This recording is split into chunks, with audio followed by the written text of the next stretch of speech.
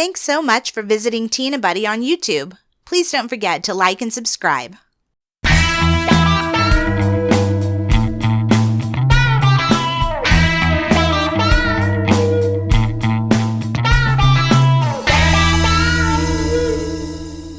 Hello, and welcome to the Tea and the Butty podcast. I'm Dominic. And I'm Erica. Today's episode is us reacting to American assumptions about British people and the British way of life. Right. Britain. We put a thing out on Instagram, but we didn't really give you guys enough time to get back to us. I mean, a story lasts for 24 hours. We put it up on a story. And a few of you got back to us, and we're going to give you a shout out. Yeah. So, it's just, this is reactions. But when we do these things, we really need to put it out, like, a few days in advance. Yeah, that's true. Yeah, we do. Yeah. But anyway, a couple of you replied back, and so we're going to give you a shout out, but the rest of them came from, what, Reddit or Quora or something like that? Reddit, Quora, and general just, like, blogs. I mean, BuzzFeed, too numerous to mention, really. Because and they're all kind of the same thing, so, they're all the same assumptions and stereotypes and whatever. Well, I think we've done stereotypes before, but this is like an assumption to see if it's still out there, if you still think this. So, one of the major stereotypes, I think, is bad food. Oh, yeah. The British have bad food, and I mean, where does that come from? Because, when I first moved here, I had no idea about it. Yeah. I had no idea. Well, when you met me, you didn't know about the... Well, I can't remember if you actually said it to me. Oh, the British people have bad food. No, I think I must have, because of the whole cornflakes incident. Well, the cornflake, but it was after that, and we'd been talking for a year or more. No, had we? Yeah, about a year.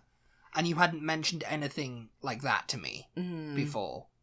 I mean, I guess because you weren't in Britain and you weren't eating the food, but, I did not know about this, Yeah. There was some I knew about, and then there was some that this one. So there's... The bad food stereotype, the assumption. The assumption that most Americans believe to be true, I think, and it's very commonly and widespreadly known that British food is bad. Bad meaning like it tastes bad. It doesn't taste good. Bland is the word. Yeah, bland. I've never heard anybody say bland. Of just say it's bad, it's horrible, it's disgusting, Yeah, I mean, and that's just based on what they've heard about it. Based on what they've heard, like, like stuff basically, like haggis and spotted dick and all that. I don't even know if it's that.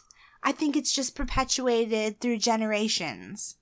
It's perpetuated through generations. I don't even know if the general American person who is not an Anglophile, who has never been to Britain, I don't think they think anything about British food. They've just heard it's bad, it's nasty, and that's as far as it goes, Yeah. I don't think that the general American maybe has ever even heard of like haggis or a spotted dick. You know what I mean? Yeah, possibly not. No, it's funny because, as I said, it was like, oh, I thought all food is bad over here, and I thought, oh, it's going to be terrible. I seem to remember having that conversation with you. Yeah.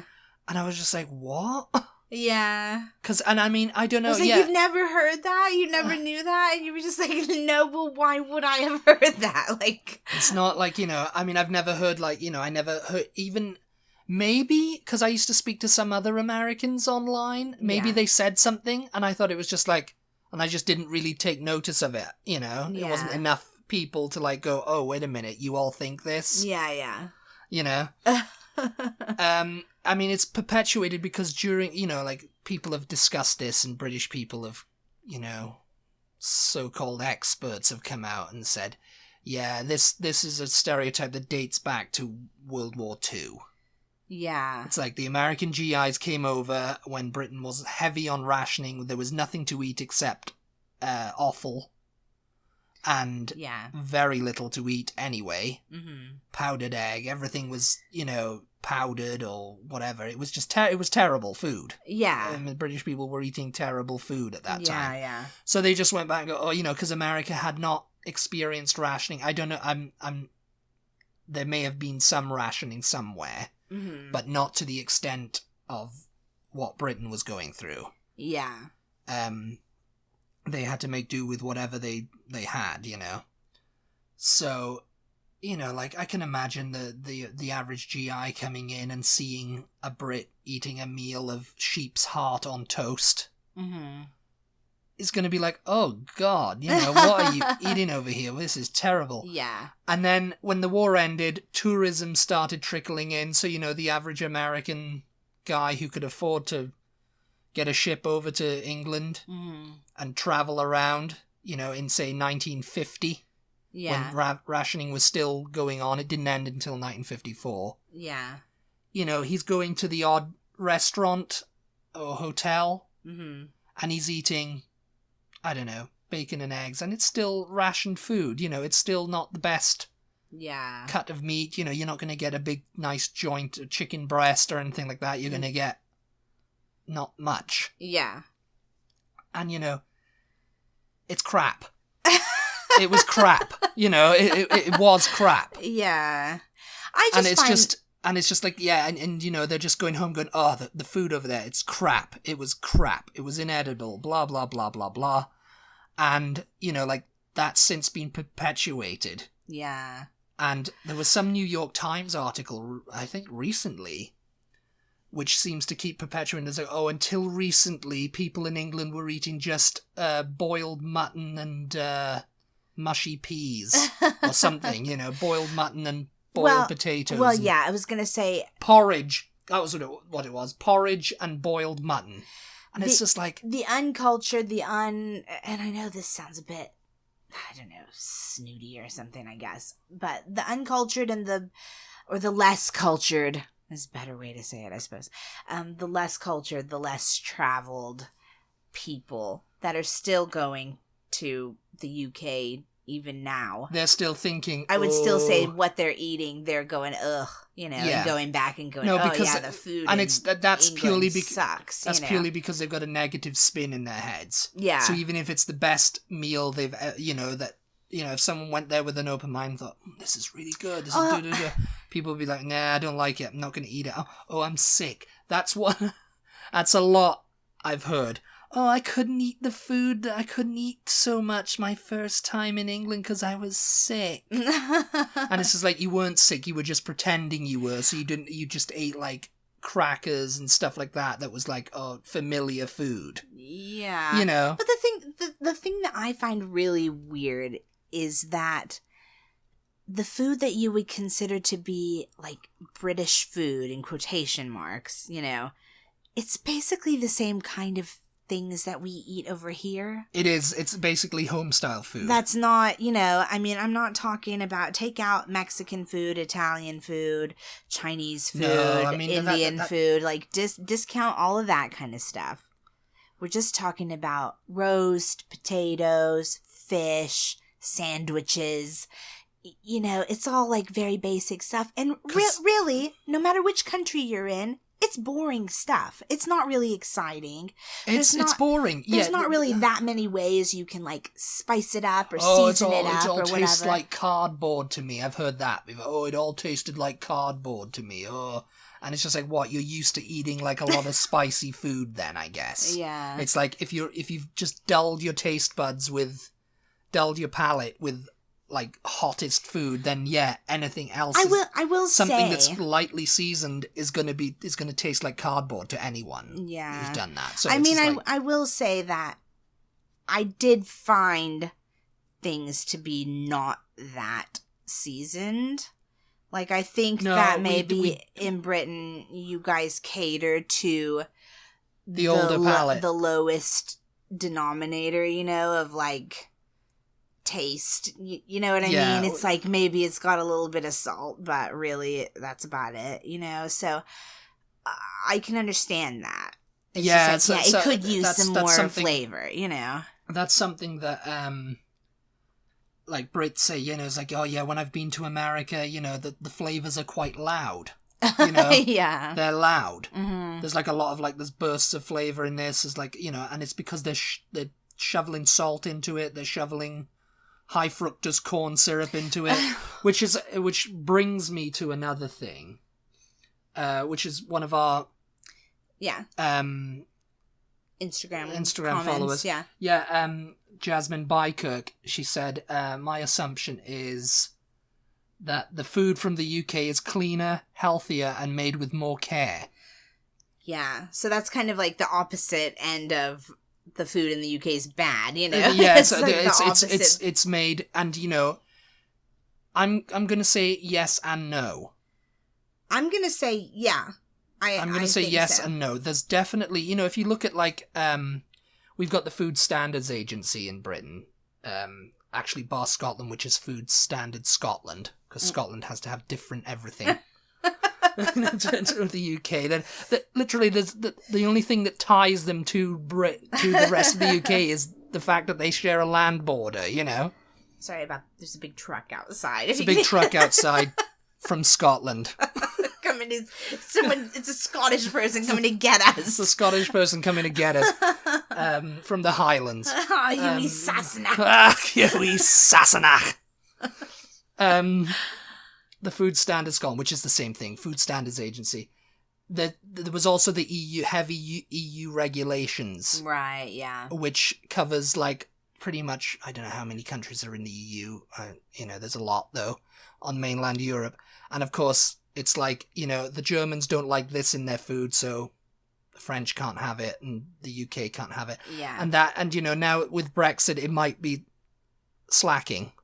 You know, it might start slacking, and you know, the British people might demand that it continues to be. They might demand it, but will they get it? Is the problem? Because now that, you know, if they work out a trade deal with the US, we'll be getting Twinkies by the shipload.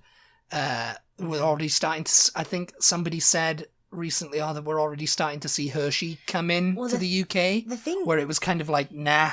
The thing that I find really interesting is that the price of food in the UK, and this is like totally off subject here, but the price of food in the UK, when compared to the price of food over here, it's quite a lot cheaper. I'm talking food in the grocery store. And you would not think, I mean, in my mind anyway, I wouldn't think that would be the case because there's not as many preservatives and fake ingredients and stuff like that. That was the EU again. That kept the prices low. Down. Yeah.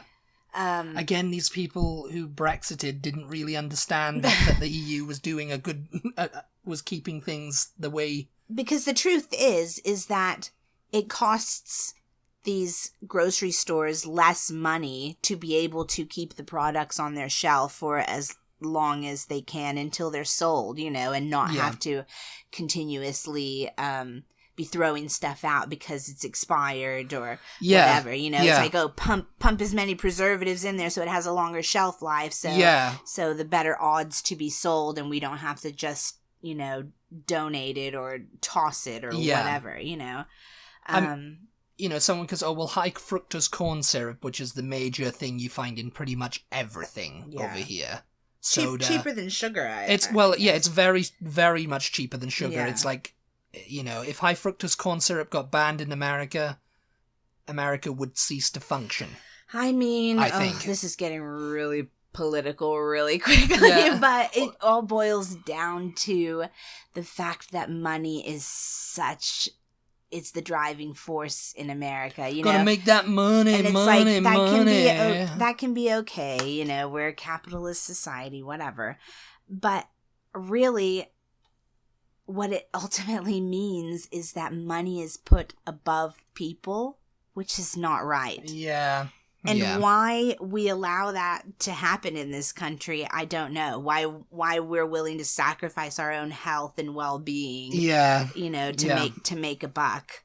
And it's just like, you know, because I think that I don't buy into this idea that Americans are uneducated about all the crap that is in the food that we eat. No, it's not. I think we know, but it's we're not. willing to just go, talking about that, you know, Jamie Oliver came over and did that food revolution thing. Yeah. And he taught kids how chicken nuggets were made, you know, with just the bones and gristle and everything, and then they pour a load of, like, this in and this pink slime stuff, and...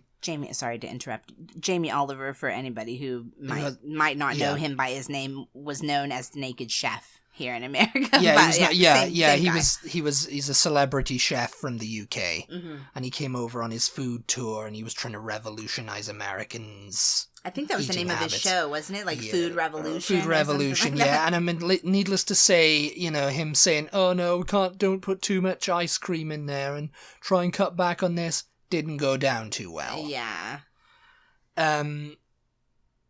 Because, you know, a lot of people were just like, oh, it's another foreigner lecturing Americans, and, you know, and all this. And he's there crying on the show because people they don't get what I'm trying to do. Oh. And it's just like, you're not going to save America from this. They're going to have to do it for themselves. Yeah, you know, it's right. It's like, that's, you know, in that way anyway. But yeah, he showed kids how chicken nuggets were made, and they all kids, and he said, "Now, would you eat that knowing what's in it?" And the kids all went, "Yeah." Yeah. And he was just like, because he'd done it in other countries. And he goes, "Because it looks good. It looks good now that it's finished." It's just like... And I'm just like, yeah, and that's the first time that's happened. I've been to countries all around the world and showed them, and the kids all went, "Oh, and they're all horrified, and everything." And it's just like, yeah, because it's coated in batter and it looks good. Yeah. And it's like, there you go. That's how the media is able to do this kind of stuff, because it looks good, you know? Yeah. I mean, that being said, that's not to say that there's not food in the UK that is crap, you know? I mean, obviously, there's still some crap over there that you of course. Yes. I mean, Greg's, I mean, if you look at Greg's pasties and everything, they're probably so unhealthy for you, and everything, all the trans fats and the trans oils and stuff in all the fried food that's consumed in Britain. You know? Actually, trans fat is banned. Oh, really? In the EU. Oh. Yeah. Hydrogenated oil is banned, so any fat you're getting from that is pure fat. Yeah. And that's, you know, it's not trans fat. High fructose corn syrup is known as glucose syrup in the EU and the UK, but it's heavily restricted. There's a production quota on it. So it's not banned, but there's very little of it around. Like over here, where they're just producing so much of it that they can afford to charge 79 cents for a soda, you know? Well, and that's why you don't find Cool Whip in the freezer section. But if it's a trade deal done with the US, it's like, oh, well, you're going to have to relax all that so we can start sending over Cool Whip. We don't want any of your stuff. Yeah. We'll just send you our stuff. Yeah. You know? And if you do send us stuff, we'll just make a version and sell it, send it all like we did with the sitcoms. Oh my gosh. Okay. We'll move off this subject. But yeah, I don't know if that answered your question or assumption. It's yes and no. Yeah. Because I mean, if you're eating something, you don't feel as guilty and don't feel as bad about it. I mean, a couple of vloggers one who's living in the UK right now, she was like, oh yeah, I know I can eat McDonald's over here without thinking, what is it I'm putting into my body? Yeah. You know, I'm not putting any really, I mean, it's still bad, but it's not as bad. Let's just say that, you know? Yeah. But yes, moving on. Going hand in hand with the bad food thing is the bad teeth. Bad assumption. Teeth, yeah. Well, with bad food comes bad teeth. Yeah. That's another. It's the older generations. You know, when dental work wasn't really a necessity. It was like if you had a toothache, pull it out. Yeah. And you ended up getting all your teeth pulled out and then sticking dentures in. My dad said, "Yeah, I knew people in their 30s when I was like 16. Yeah. Didn't have the teeth they were born with. Grew themselves." I wonder if dental work is that much more expensive in the UK, or I think it's free up until you're like 16 or something. Yeah. Well, it was anyway when I was a kid. and then you got to pay for it. Yeah. So, I mean, it costs a fortune over here. It's not free on the NHS. Everybody thinks, oh yeah, it's the NHS, but I think it used to be on the NHS, but now it's not. Yeah. Yeah. I think I'm not too sure about the ins and outs of that, so someone might correct me on that. So there's definitely a lot of focus in this country on teeth, you know. Yes, people gotta have perfect straight white teeth. White, you know that episode of Friends where he goes and he gets them bleached and they're so white. They're so white you can't see his face. They're just like you know, just like yeah. Yeah, he's on the couch and he's over they're at very some blinding, girl's house, yeah. I think. And who was it, Ross? And she turns on a black light. She's like, oh yeah. And he opens his teeth and teeth are just like yeah. Yeah. Yes, that's a big deal. I mean, yeah, have nice teeth, take care of your teeth, all that. But you know, some of my teeth are crooked. I mean, I don't know if anybody's seen them in photos and stuff. You know, I've got a couple of crooked teeth. You know, they're not all perfectly straight and white and all the same length. Yeah. I mean, I'd look like I have dentures in then. You know.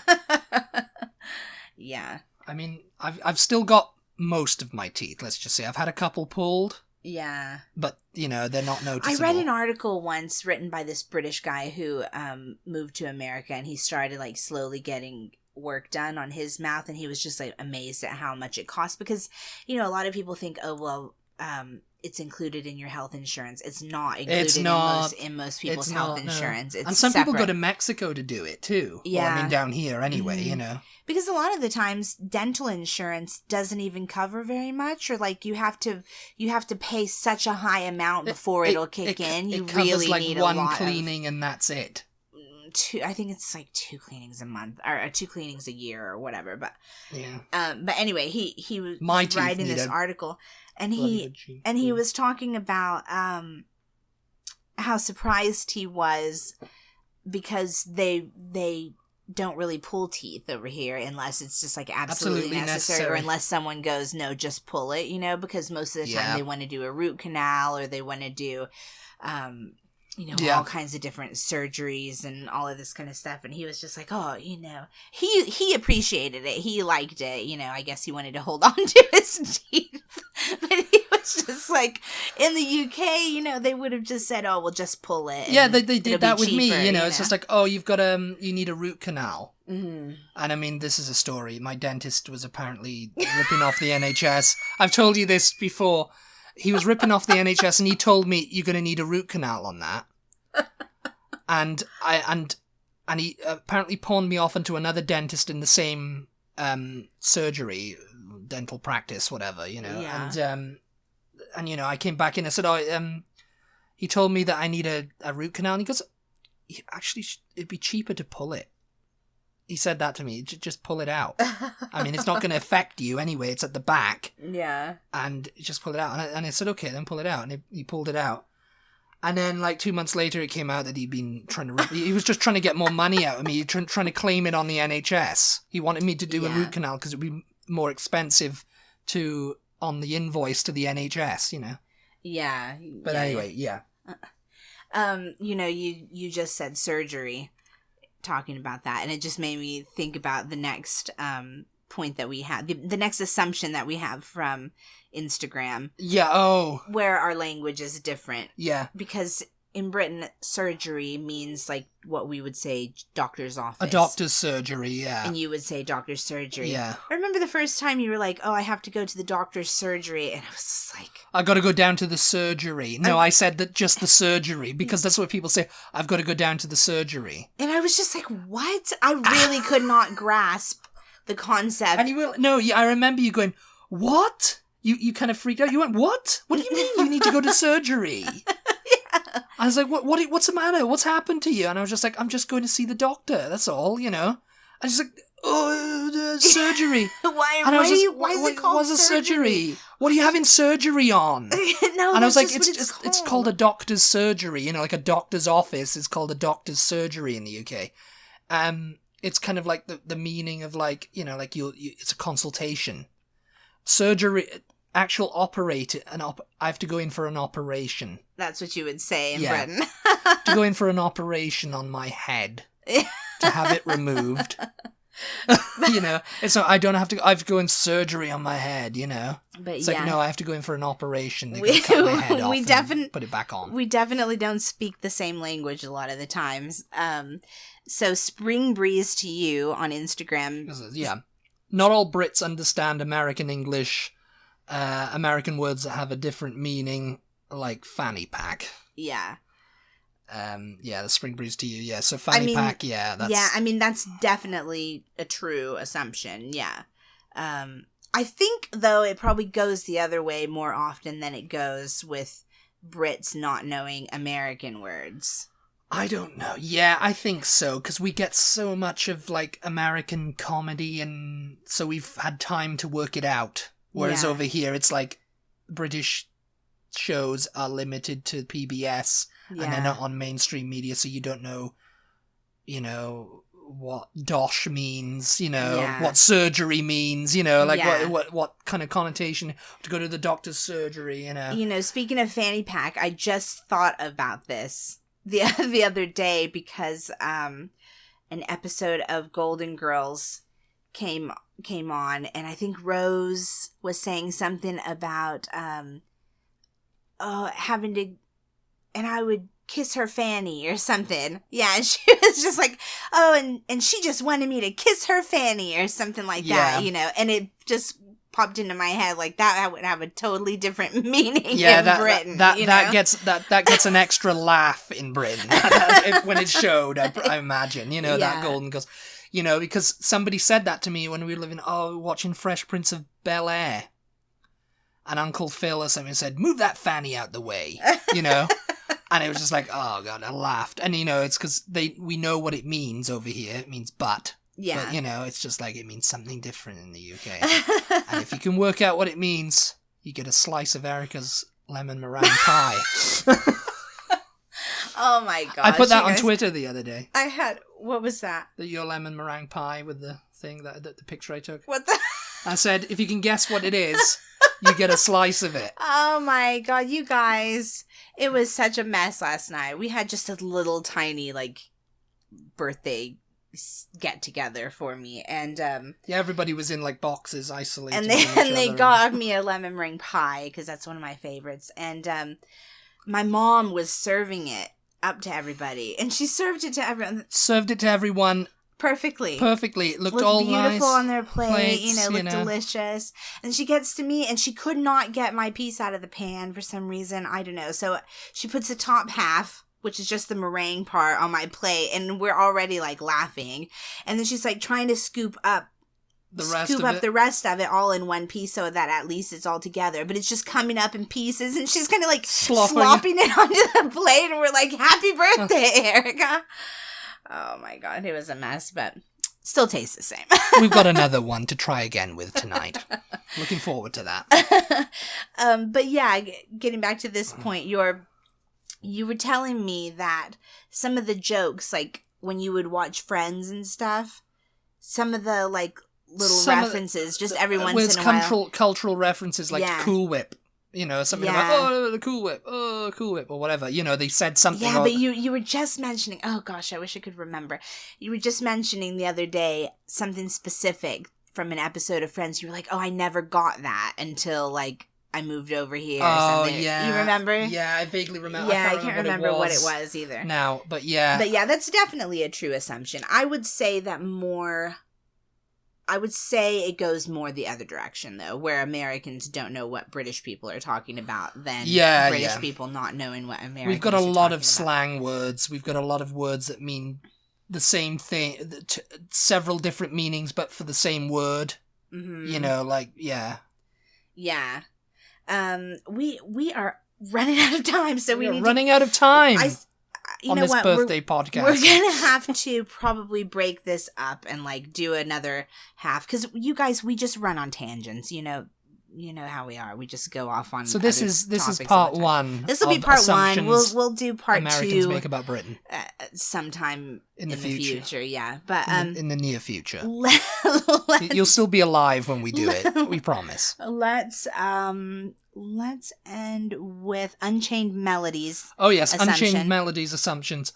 I'm about to make a generalized statement, but I feel like Brits all have a great sense of humour. That's by Unchained Melody on Instagram. That's a generalized. Oh, so I don't have a great sense of humour, huh? No, I'd say that's mostly true. I'm trying to think. There's definitely... That's mostly true, but you watch any American in Britain on YouTube. Yeah. And look at the comments section from British people getting wound up. Yeah. And it's not a joke. I mean, if it is a joke, then good. That's so hilarious. And, they've all banded together to, like, pretend to be salty about this, what's going on. Yeah. But honestly, I mean, it's the same thing over here. It's just a sense of humor about everything. Yeah. I mean, I like to think I have a sense of humor about everything. Mm-hmm. Even, like, really, dark stuff, serious stuff. I can see, like, a line of humor in that just to keep it a bit lighthearted, Yeah. Yeah, I mean, the sense of humor is definitely different.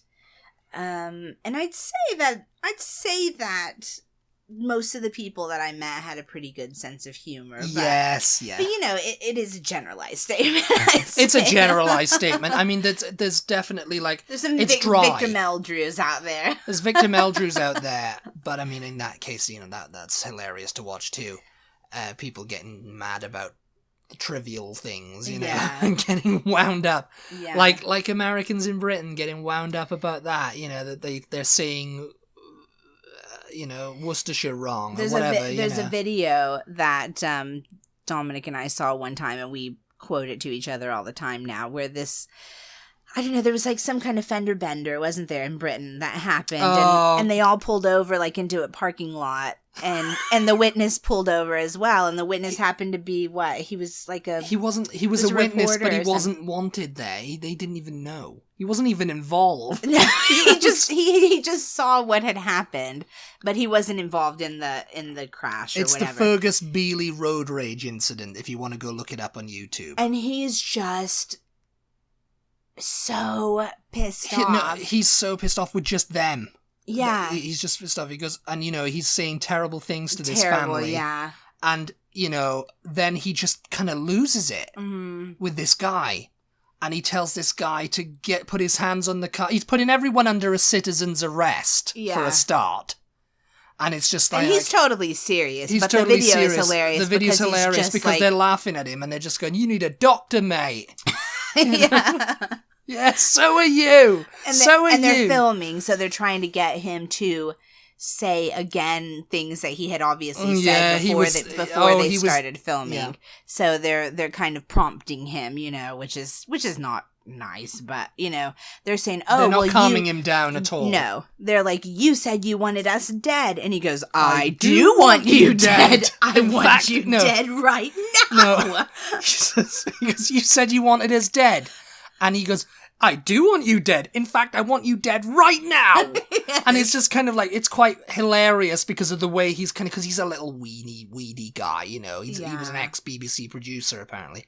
And then he tells this guy to put his hands on the car and get ready to die. Yeah, which in this country would not be that funny because... It would not be funny because, but it's like, he wasn't doing anything. You're under citizen's arrest. No, he was he was just pissed off. He goes, you're under a citizen's arrest. You're under a citizen's arrest. And then he points to the woman's 11-year-old son. In the car. And I'll tell you what, you are too. It's just like, this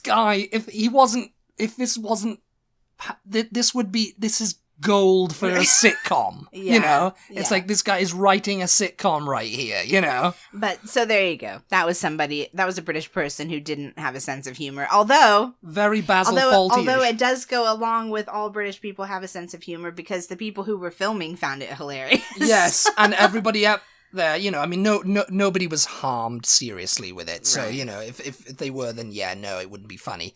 He was just raging about a situation that he wasn't involved in to begin with. He just kind of witnessed it.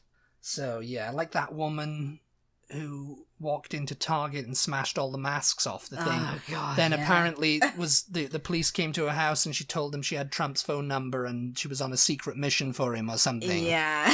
And she was working for Trump. And they were like, okay. I think we better end there. we end here. Yeah. This is it. Thank you if you sent us in yes, assumptions. Thanks a lot. Thanks. If you'd like to send us in some more assumptions, just DM those to us and we'll include them in the next video. We have several more assumptions listed down here, but we're not going to get to them because we just ramble on and on. We rambled on and on and on there. Sorry about that, guys. We told you about lemon meringue pie. We told you about all kinds of Fergus stuff. Beeley's road rage incident. That has nothing which to happened do. 4 years ago or something like that. Yeah. Thank you for listening. Thank you for your support. As always, if you would like to help support us, the easiest way to do that is to leave us a rating or a review. I think Jasmine left us a rating, actually. I'm not sure if we've given her a shout out. Jasmine, for that. you left us a rating. Thank you very much. Rating, yeah. Rating. And review. Yeah. Rating and review. Yeah, I think it's time to go. But... yes. But anyway, you can leave us a rating, a review on iTunes or Apple Podcasts, whatever it's called, and also Spotify and probably the other ones wherever you're listening. But it seems, I think, that most of our listeners do listen on those two apps. So do that for us, help other people find us, and that's the easiest way to show your support. Otherwise, if you don't want to do that, then just keep listening, and that helps us too. So thank you very much, and we will talk to you all next time. Goodbye. Bye.